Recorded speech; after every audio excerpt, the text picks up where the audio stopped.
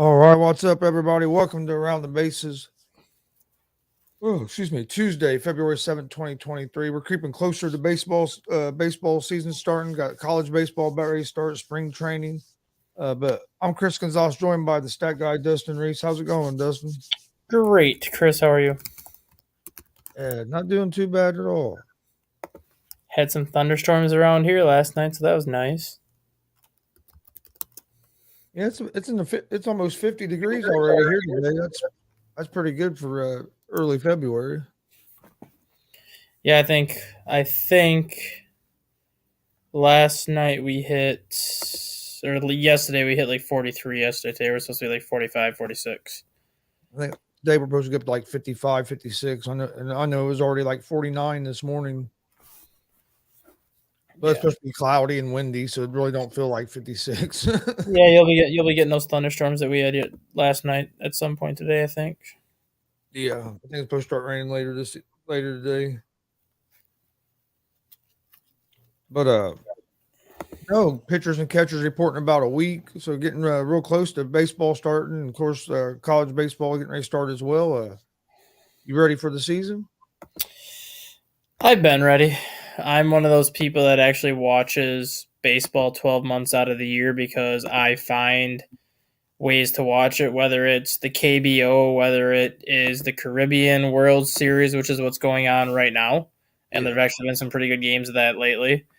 And even back in September and October, when you had the World Baseball Classic qualifying tournaments for the final couple teams to get in, I was watching that. So, I mean, there's only been, I think, 1 month that I've not watched baseball this year, and I think it was November into early December. Otherwise, I've been pretty much watching baseball since February of last year.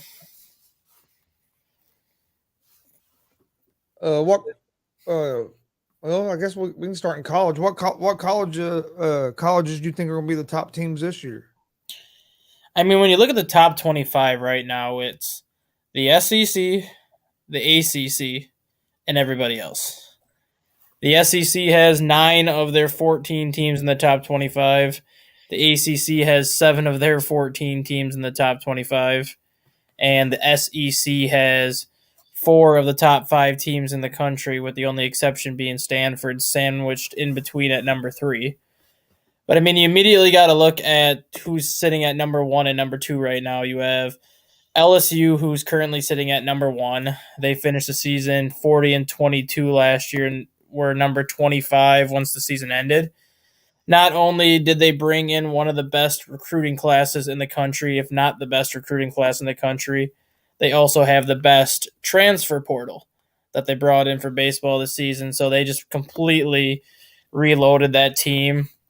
They're led by arguably the best player in the country and outfielder Dylan Cruz, who he should be the number 1 overall pick, but depending on who gets that number 1 pick, you might see him fall a little bit. But he is still the number 1 overall prospect in the country right now. And then they also have a pitcher who is the number 4 prospect right now in Paul Skens. So I mean, LSU is loaded top to bottom. You can say the same thing about Tennessee. Tennessee was 57-9 last year, completely steamrolled through the regular season, completely steamrolled through the SEC tournament, their regional, and everyone figured that there was just going to be a cakewalk for them to get to Omaha. And then they got upset by Notre Dame Yeah, in the super regionals. But Tennessee still got a lot of talent back. They still are. They're led by the best. They're led by the best pitcher in the country, and Chase Dolander. And if you remember watching Tennessee last year, they had a guy named Ben Joyce who could throw 102, yeah. 103. This guy obviously can't throw 102, 103, but he's still hitting 96, 97, which is no slouch there. They need to replace a lot on offense, but they do have a shortstop in Maui Ahuna, who's like a number 20 prospect right now. So they do have some pieces coming back. And then, like I said, Stanford sitting at number 3. Your defending College World Series champions, Ole Miss, is at number 4. Texas A&M at 5. Wake Forest at 6. And then you have Florida, Arkansas, Oklahoma State, and Vanderbilt sitting at number 10. Yeah, Vanderbilt's down a little bit to be at 10. I It's not that they're necessarily down. It's more so that the SEC's always been a good baseball conference, and you always hear people say the SEC is the best football conference, which usually it is when you look at like Georgia and Alabama and some of those teams. A lot of people say the SEC is the best basketball conference in the country, which I kind of argue with that because the Big Ten is historically really good. The ACC is usually really good. The Big 12. Yeah. But when it comes to baseball, the SEC is the best baseball conference. And Vanderbilt's sitting at number 10. Everyone's like, oh, yeah, that's down for them. It's not that it's down for them. It just shows you how deep that SEC is because at number 10 in the country, they are the 7th best team in the SEC. But they would probably win every other conference out there. But they're just in one of those leagues. I mean, you have Jack Leiter Jr. and Kumar Rucker, who just came out of there 2 years ago. Those two were probably the best 1-2 combo in college baseball history. Right now, Vanderbilt's got an outfielder in Enrique Bradfield, who's the number 8th ranked prospect right now. I mean, they have so much talent just all over this roster. Pitching wise, that's what they've always been known for. They don't really have any standout pitchers right now, but as the season goes on, that's something Vanderbilt always has. But when you get to Vanderbilt, they're a playoff tested team. They're always going to be a team that makes a run. So I never look at the rankings too much with Vanderbilt just because you look at the conference they play and they are going to take their lumps. They are going to get beat some games here and there, but they're also going to be one of the most tested teams once the College World Series starts. Yeah, they're always one of them teams that could beat anybody once you get to the College World Series. Yeah, and if you look at the rest of the top 25, it's pretty much all Power 5 schools. There's only 2 teams in the top 25 that are not considered a Power 5 school, and one of them being East Carolina, who's sitting at number 11. They were 46-21 last year. East Carolina was one of those Cinderella teams last year, so I'm very curious to see how they do this year because they were close to making it even into the college. I believe they may have gotten to the College World Series, but I don't think they won anything when they got there. And then the other non-Power 5 school is Southern Miss, who's sitting at number 18. They're coming off of a 47-19 season. So unlike, college football and college basketball where you have a mix of Power 5 schools, you have a mix of non-Power 5 schools, you can just see kind of where the parity in baseball is. It's pretty much a Power 5 school, and if you have a decent enough program to sneak in, you'll be fortunate. Yeah. Now it's going to be interesting. Is pitching up this year in college baseball, maybe compared to last year? I think pitching honestly is going to be down this year. Yeah. I'm not saying pitching is going to be bad, but that's kind of what really set the tone the last couple of years. You go back to when Vanderbilt had Rucker and Leiter and just how dominant they were, and then you look at when Arkansas went to the College World Series a couple of years ago. It was about that offense, and then you look at last year with how dominating Tennessee was on the mound, how dominant Notre Dame could be on the mound. Oklahoma had Cade Horton, who's with the Cubs now, and he's their number 4 prospect. Ole Miss was known for their offense, and then the College World Series starts, and Ole Miss had the best pitching staff once the College World Series started. Now, yes, you have guys like Chase Dollander and Paul Skens from LSU and Tennessee who are top 10 draft prospects, but then you have Hurston Weldrep from Florida who's sitting at number 10, and then Rhett Loader from Wake Forest who's sitting at number 14 in terms of pitching prospects. And outside of that, it's mainly offensive-minded hitters that are the rest of the top 20 prospects for college baseball. So I think this year it'll be the offense that stands out more than the pitching, but you are still going to have those pitchers that can shut offenses down. Yeah. It's like you say, even with Tennessee last year, they had the great pitching as well, and you thought that was going to carry them, and then they just got hit by a hot Ole Miss team. Well, it wasn't even that. Tennessee had the best pitching staff. They had the best offense. They had the best everything all year long. They got into the Super Regionals, and they ran into a Notre Dame team that played with a chip on their shoulder. Because last year, Notre Dame had the best pitching staff in college baseball in terms of total ERA. They had the 3rd best record in college baseball overall, and yet they got seeded 10th in the NCAA tournament. They got obviously through their first round, but then they ended up losing 2-1 against I I think it was either Oklahoma or Texas Tech. They lost 2 games, or no, they lost to Mississippi State Yeah. 2 games to 1. And then last year again, they go and have another dominating season. They get placed as a 8 seed. No, not even an 8 seed. They get placed in Tennessee's Super Regional. So they got through. They weren't even a host school for the second straight year. They weren't even a host school. So they came in with a chip on their shoulder just because of that. Ended up getting Tennessee, and then that pitching staff that Notre Dame has been known for really shut down that Tennessee offense outside of game 2 when Tennessee won 10-1. Otherwise, Notre Dame won game 1, I think 8-3. They won the series clinching game 5-2. Yeah. Let's see.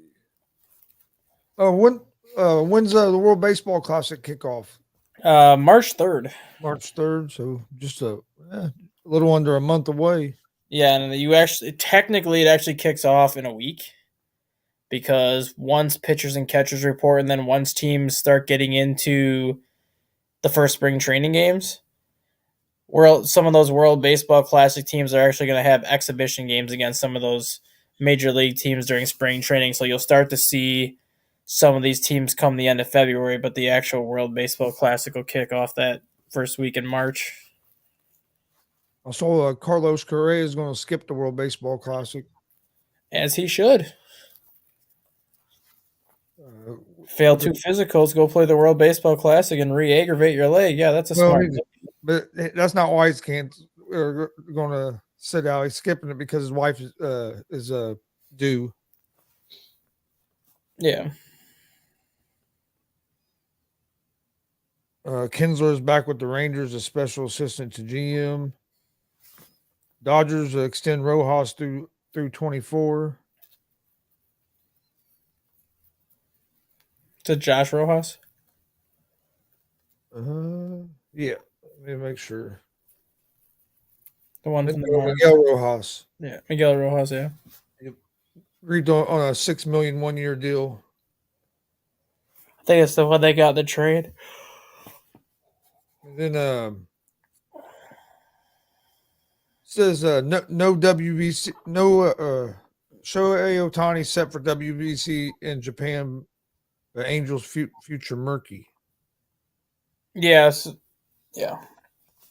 Shohei's actually not even reporting to spring training. When spring training opens, he's actually just reporting to Japan for kind of their, because Japan is one of those host cities for their pool play or whatever. So he's just reporting to Japan as opposed to reporting to spring training. He's just going to go through the World Baseball Classic workouts those 2 weeks in Japan before the games start. Oh.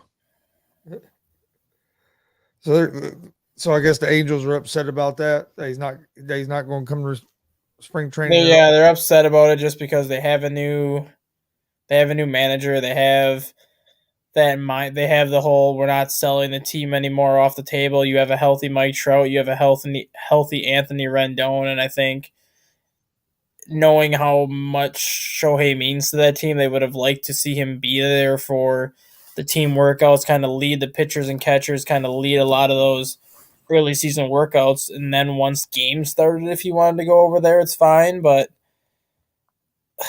Japan is one of those teams that I think can win the whole entire World Baseball Classic this year.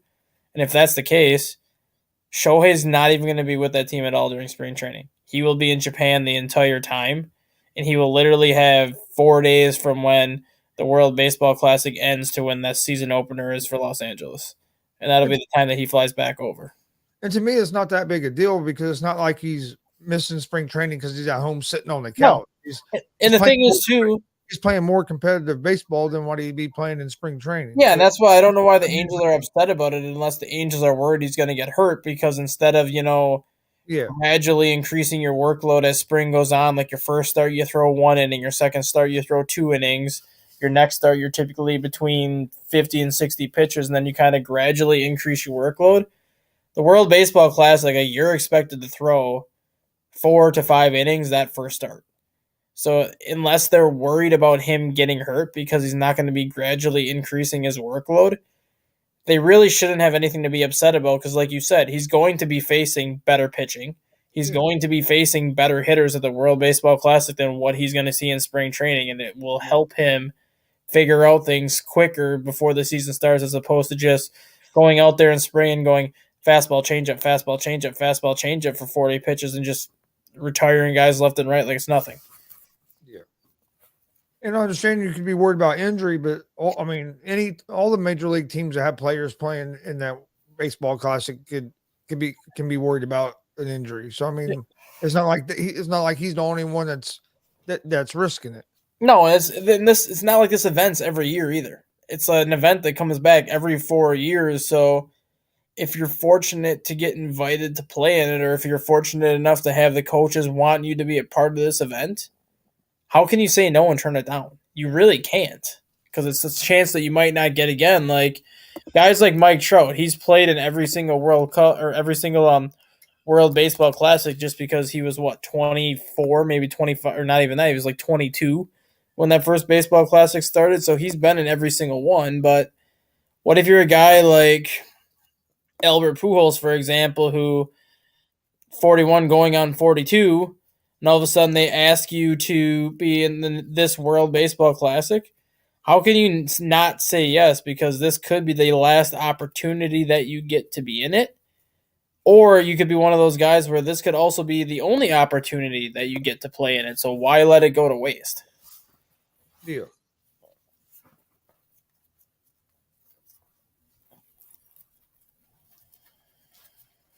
Well, who's going to be the top teams going into the World Baseball Classic? You think the United States has a good chance of winning it, or I think they have a good chance of winning it, but I do not have them as the top team right now. I think I have them more kind of in that 3-4 range just because, yes, they have a good offense. Yes, they have good pitching, but they don't have that standout offense. They don't have that standout pitching that they had when they won it the last time through. And the ace of their staff the last time through was Marcus Stroman, who has decided to pitch for Puerto Rico this year. So that's already a big hit for Team USA. I think Dominican Republic has a great chance to beat the U.S. just because of the lineup they have assembled. They by far have the best lineup in the World Baseball Classic, and it's not even close. Japan, I think, has the best pitching. They're another team that always is a top 2, top 3 team, and by the end of the World Baseball Classic, so they're going to be right there. Mexico and Colombia, for whatever reason, struggle to win games, but they always surprise. You got to have Puerto Rico up there as one of those teams that can make a run. But right now, I think the team to beat right now is the Dominican Republic, just because of that lineup they've assembled top to bottom. yeah, I'm ready for it to start. I watched some of the World Baseball Classic last time. I'm planning on watching a lot more of it this year. uh, and then I'm ready for college baseball. Like I said, because I go watch Ball State University here in town. I go to a lot of their home games. Like I said, no admission to get in or anything. I don't know why more people don't go to them. Probably because baseball starts in the middle of freaking February. No one wants to freeze their ass off. Well, yeah, I mean, yeah, early in the season I can understand, but even I mean, as the season goes on, it's like, man, free admissions. You would think you'd get more people out. Yeah, Well, one exactly. thing I don't know how like at other colleges, but I know like here at Ball State sometimes I don't think they advertise when their games are enough because like Well, it's not that they don't advertise it; they do advertise it. But the problem with college baseball is most of the games are at 11 or 12 o'clock. yeah, And like obviously you have your weekend series, which are one thing, but you still have a game on Friday, you still have games on Wednesday, and sometimes a game on Thursday. If you have an 11 a.m., 12 o'clock game, students are in class. They won't be able to go to those games. People are working 90% of the time, so it's not like you're going to have these good turnouts that you would expect unless it's a Saturday game where not a lot of people have things going on. yeah. Like I mean, because there's sometimes here that I'll drive by going somewhere and I'm like, oh shit, they had a baseball game today. It's like I didn't realize they were playing today. Uh, Yeah. but but yeah, no, yeah, their time. I don't know how you fix that because I mean, some places don't. I don't even think all the places have lights for their fields, so it'd be hard to. turn everything into night games. Yeah, I don't think they really can fix it, mainly because baseball starts in February. You still have college basketball going on in February. And then you have March Madness, and that goes into April. And obviously, college basketball games, unless it's a Saturday, are being played at 6, 7, 8 o'clock at night. So you're not going to want to have a college baseball game and a college basketball game go on at the same time because you know where the fans are going to go. They're going to go to the college basketball game. So what was the point of running the college baseball game at the same time? At least by running college baseball at 11, 12 o'clock in the morning, you're separating it from college basketball. You're separating it from these other college sports where they do have the later games, but now it's a more of, are the fans actually going to show up or are they not going to show up? And I think when you look at ACC baseball gets a good turnout, but teams like Clemson, Miami, North Carolina, and the really good programs in the ACC are the ones that get more fans. Same thing with the Pac-12, same thing with the Big 12. The Big 10 is kind of a similar situation of like Ball State by you, where unless it's a 7, 8 o'clock at night game, they barely get any attendance during the day. The only conference that seems to take baseball seriously is the SEC, and that goes back to what we were talking about. That conference is so deep that the last place team in that conference could very easily win any other league in the country. And that just goes to show you just the talent level that they have down there, and the weather that's in Florida, the weather that's in Louisiana and Georgia. They can play baseball 11, 12 months out of the year if they want to stay in shape versus Yeah. schools up in the north. If you get 5, 6 months of the year of good weather, you're fortunate. Oh yeah. Um, how do you feel about the SEC implementing a 10-run rule? I think I don't know if it's implemented for conference play, but I think it's implemented for non-conference play. And I am if it's implemented for conference play, I'm not okay with it just Yeah, because it says it's the SEC is implementing a mercy rule for the conference play portion of 2023 college baseball season. see, I'm not really okay with that because you're going to have games where you have a bad game. Everybody has them. Everybody has a game where you struggle, you can't do anything right. Seems like the team that you're facing gets all the breaks, and you're going to have those games where you're going to lose by double digits. So that I don't agree with. But if it's non-conference play, I would be okay with it just because a lot of college baseball teams purposely schedule weaker opponents for their non-conference schedule just to give some of those bench guys some work, just to give some of the pitchers that they're not going to use a lot some innings. And if you look at some of the scores last year, when Notre Dame played, I want to say it was either Niagara or it was Lipscomb. It was a 27-3 game. Yeah. That's a baseball score. So, like, games like that, I'm okay with a 10-run rule because, I mean, what is the Florida Gators beating Appalachian State 24-0 going to do? It's really not going to do you anyway. No. But conference play, I'm not okay with it just for the sole purpose. And I don't, so don't quote me on this. I think if it comes down to teams tying for first place in conference, I think the team that gets that number one seed, like if you tie for first place in conference, obviously you split the conference championship. You can't just be like, oh, you get it over this team. So like if you tie for first, you split the conference championship. But when it comes down to the conference tournament and they determine who gets that number one seed over the number 2 seed, I believe the ultimate factor is the run differential.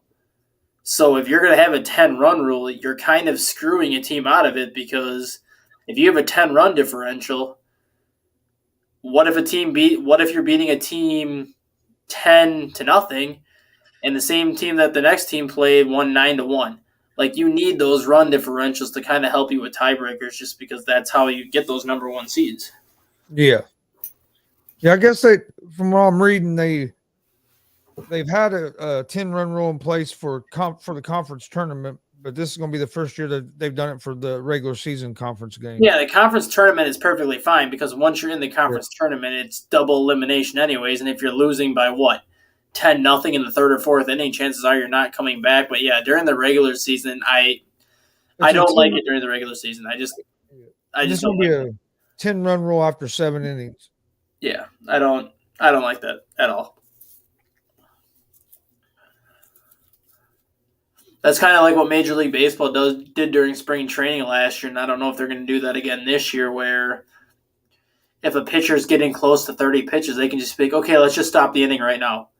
And you could have bases loaded, 1 out, and 2 runs across, but all of a sudden that manager's like, oh, my pitcher's at 29 pitches right now. We don't want him to throw any more of this inning, so we're going to end the inning early.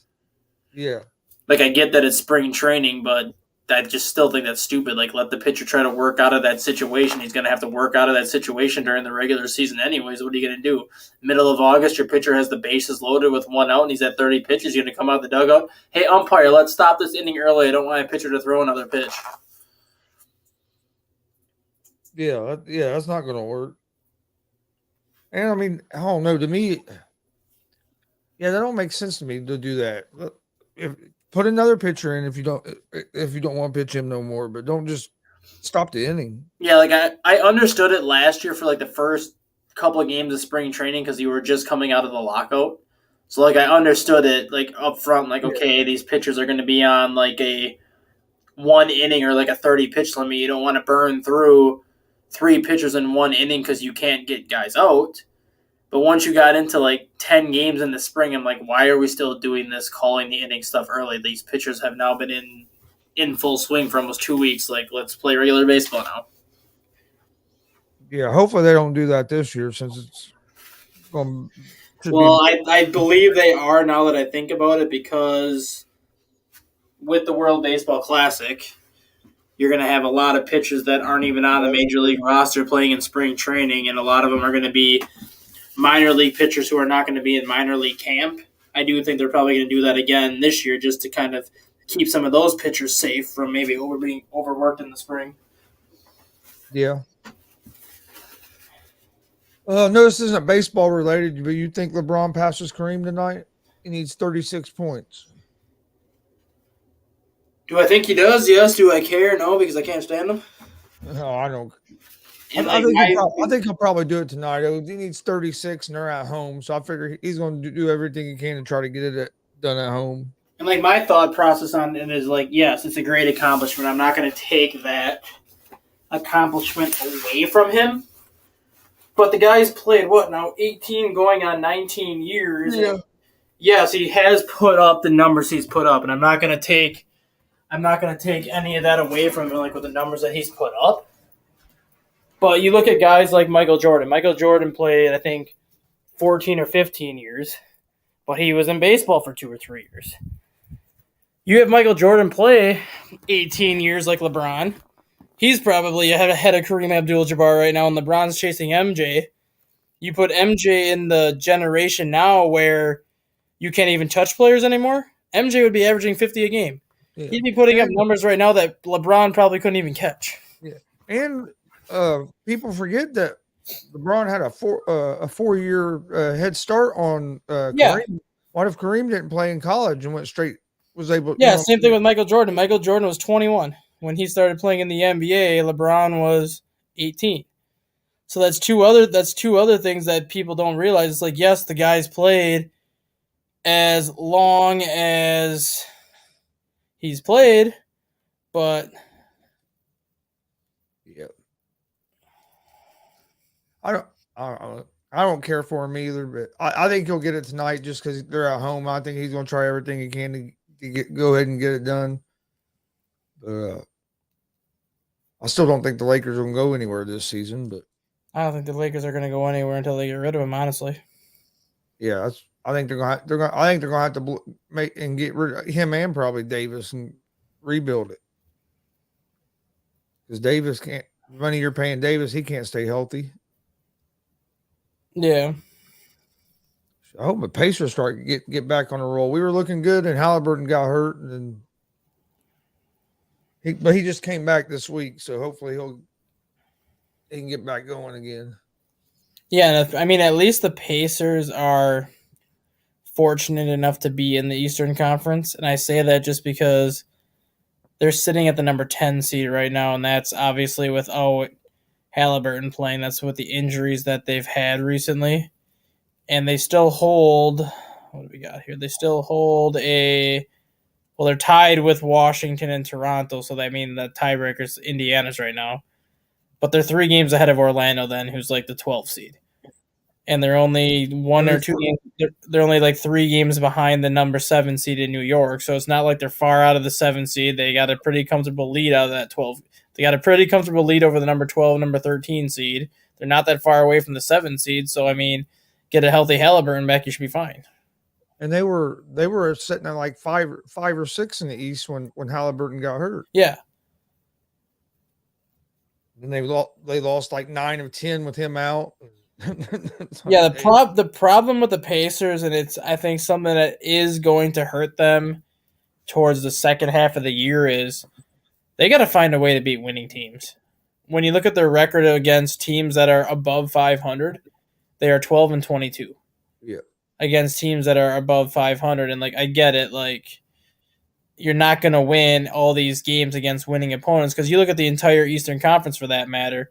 Take Philadelphia, Boston, and Milwaukee out of the equation, who are all at minimum 5, 6, 7 games above 500. I mean, Boston is 20-9 against teams above 500. Milwaukee's 20-10. But you look at the rest of the Eastern Conference against teams that are 500. Cleveland 15-15. Brooklyn is 12-13. Miami's 15-15. The Knicks are 12-17. Atlanta's 13-14. The Bulls are 14-16. Like none of these teams actually have winning records against teams that are 500 or above. It's that a lot of these teams are just doing damage against the teams that they should do damage against. And to the Pacers' credit, there's 6 games above 500 against teams that are below 500. So yes, they're taking care of business on that end. But when you're 10 games under against teams that have a winning record, at some point, you got to start winning some of those games because you're going to face a team with a winning record once the playoffs start. You got to figure out a way to win some of these games right now.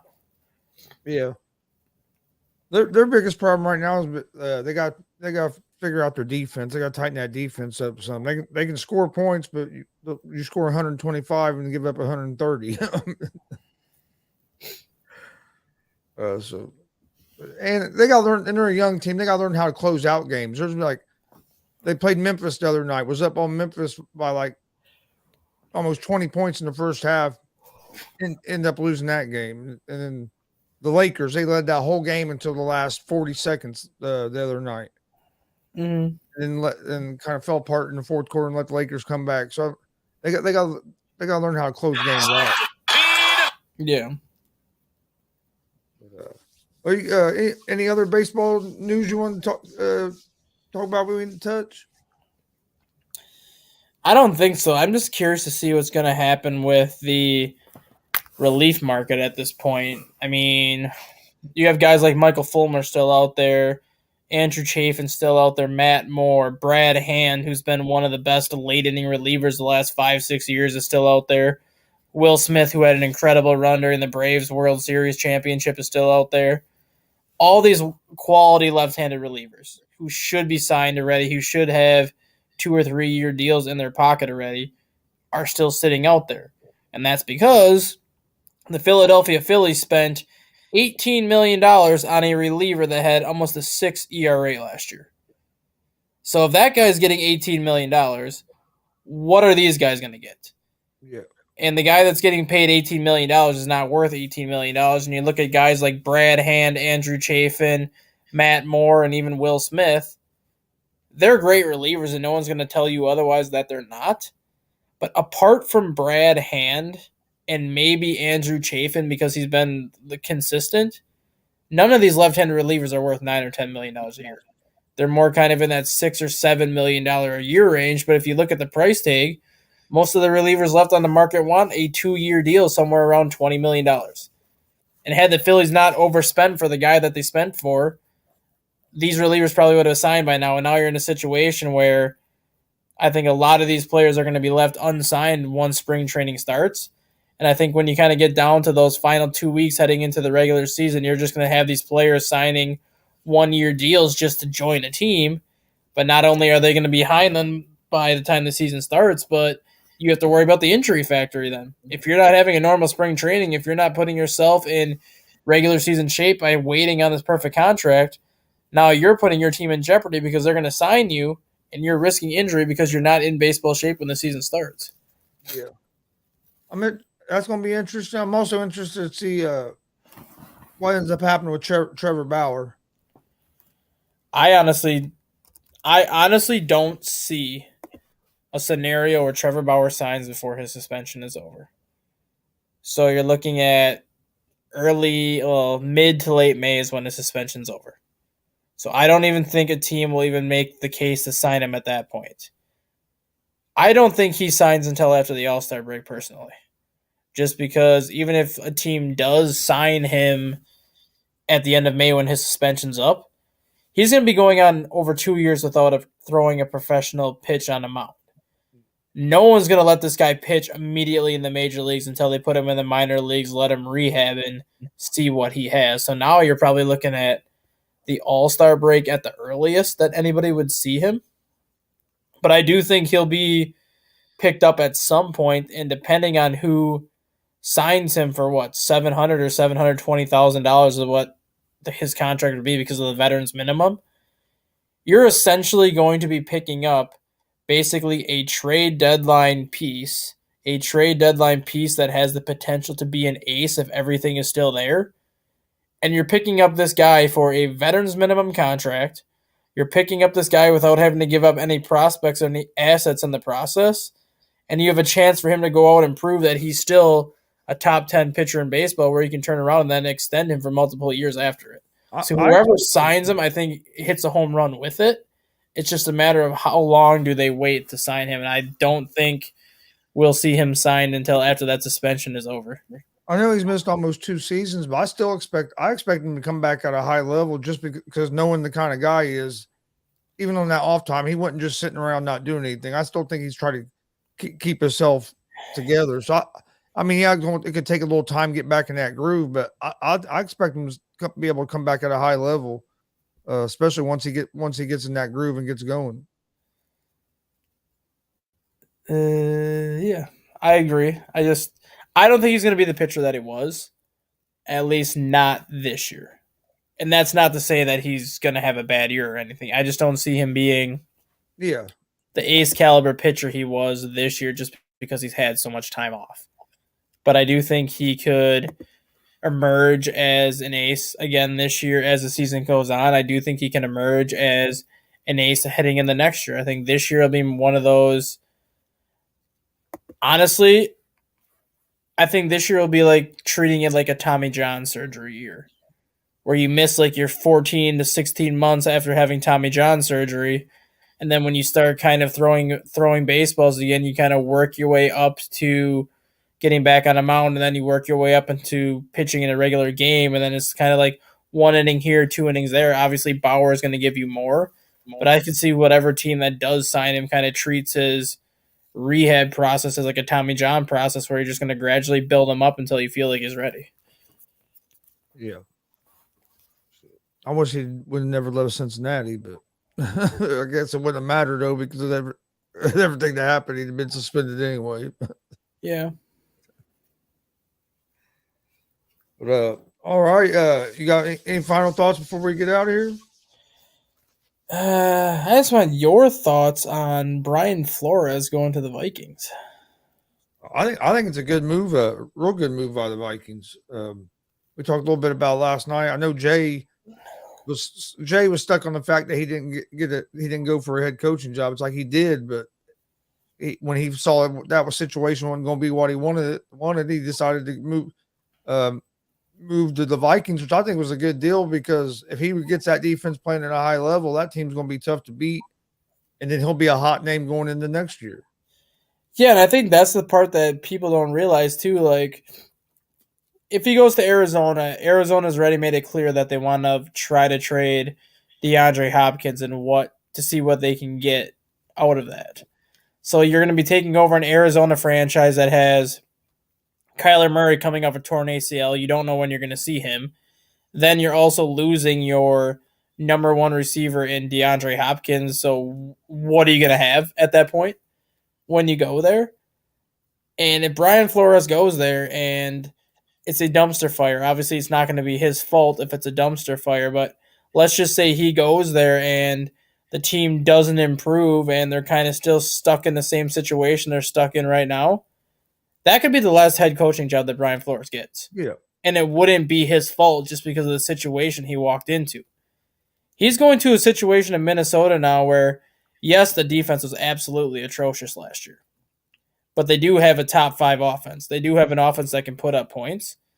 If Brian Flores goes into Minnesota and even makes that defense respectable, I'm not saying a top 5, a top 10 defense or anything like that, but if he can even get that defense to be kind of in that middle of the pack, like that 13 to 17 rank in the middle of the pack where you're giving up 20, 23 points per game, but you're not giving up 30, he's going to get a head coaching offer pretty much day one when that offseason hits next year. And I think this is just that perfect situation for him to be like, hey, look at the success I had with this defense that was so god-awful before I got here, and now they're back to respectability again. You bring me into your NFL franchise, I can take you guys from being the position that you're in now and putting them to where you want them to be. Yeah, and I heard people saying, well, if he was going to do that, he should have just stayed in Pittsburgh. It's a lateral move. No, in Pittsburgh, he wasn't the defensive coordinator. No, he was a linebacker coach. He was a senior assistant, defensive assistant, and a linebacker coach. Yeah. So, I mean, he's going. It's an upgrade. It's DC now, and like you said, it can lead into opportunities for next year. I thought it was a good move for him and a great move by Minnesota. So, I thought it was a good deal for both sides. Yeah, I agree. It's a perfect situation for him. Minnesota does very well by bringing in one of the better defensive minds in the NFL, and now it's a matter of, after what happened in Miami and how his tenure ended in Miami, granted it wasn't his fault, it was his owner's fault for how that ended. Now it's just a matter of, will anybody else give him a chance if he can go to Minnesota and prove that he's still a hell of a coach. And I have no doubts that he's going to go into Minnesota. He is going to change the culture of that defense to the point where people are going to take notice before the season's over, like, wow, this guy really knows how to coach. Yeah. No, I agree. Before I forget, write this down real quick. There we go. All right. Before we get out of here, all I really got is join us today at 1 p.m. Eastern for the ASAP Afternoon Blitz. Got a lot of stuff to cover there. And then today's what? Tuesday, 3 o'clock, Easy Money, a sports betting show. And then, of course, Unscripted tonight at 7. Oh, I do have one more thing. I forgot about it. All right, go ahead. I took a picture of it, actually. So someone was kind of building like an all-time like Major League Baseball roster. They put down like who they feel would be like the perfect all-time players at each position, and I'll read you the list that the person has, and I kind of want your opinion on it. Do you agree? Do you disagree? So for catcher, they have Johnny Bench as the catcher with Ray Campanello on the bench. I'm okay with that. I would probably. I'm not gonna have a problem with Johnny Bench. No, I'm okay with that. I would probably have Yadier Molina maybe on the bench just because of how long he was with the Cardinals and everything he's done. But I think that's fine. First base, they actually have Albert Pujols with Lou Gehrig on the bench. I don't have a big problem with that either. Second base, they have Roger Hornsby. I think there's probably quite a few second basemen you could probably put over Roger Hornsby. Who do they have on the bench? They have Pete Rose on the bench as just like a utility infielder. So, I mean, you could theoretically put Pete Rose at second base if you wanted to. Yeah, man. Shortstop, they have Alex Rodriguez, which no. I mean, you have Ozzie Smith, you have Cal Ripken Jr., you have Derek Jeter, you have so many other options you can put at shortstop. I don't know why Alex Rodriguez is even a thought at that point. Third base, they had Mike Schmidt. You're kind of in a similar situation where, I mean, Mike Schmidt's great. Ty Cobb was a great third baseman. There's a lot of, Jackie Robinson was a third baseman when he came up. There's so many other third basemen. I mean, I'm okay with Mike Schmidt, but yeah, I think there's other options. A-Rod would have a better chance at third base than making it at shortstop. Yeah, so then you have left field, you have Ken Griffey Jr. Can't go wrong with Junior. No, I mean, yes, he was a center fielder, but if you look at who they put in center field, they put Willie Mays in center field. So Griffey in left, Willie Mays in center. You can't go wrong there. Right field, they put Hank Aaron. Again, can't go wrong. Ted Williams, Mickey Mantle on the bench. Can't go wrong. And then your DH is Babe Ruth. So, I mean, guys like Barry Bonds are left out, but, I mean, the outfield was loaded as it was. So, I mean, you can't really go wrong with those picks. And then you look at the starting rotation. Randy Johnson, I'm good with that. Sandy Koufax, good with that. Pedro Martinez, I'm good with that. They have Jacob deGrom at number 4. Nope, no way in hell I'm good with that because you have Nolan Ryan. I was gonna say, yeah, you have Nolan Ryan, You have Satchel Paige, you have Tom Seaver, you have Roger Clemens, so many other guys you could put at number 4. They have Walter Johnson at number 5. Who they have at number 4 again? Jacob deGrom. No. No. They don't even have Nolan Ryan in the top 5. They have Walter Johnson at number 5, and then you got guys like obviously Bob Gibson you could throw there. Like there's so many other pitchers that you could have used in these spots. I think I'd take Greg Maddux before I took Jacob deGrom. Yeah, I would too. And then, like I said, you have like so many other options. And Nolan Ryan definitely. I mean, yeah. And then in the bullpen, you have the bullpen. I'm pretty okay with. I mean, you got Mariano Rivera as your closer, obviously. You have Dennis Eckersley, Raleigh Fingers, Billy Wagner, Trevor Hoffman, and Goose Gossage as relievers.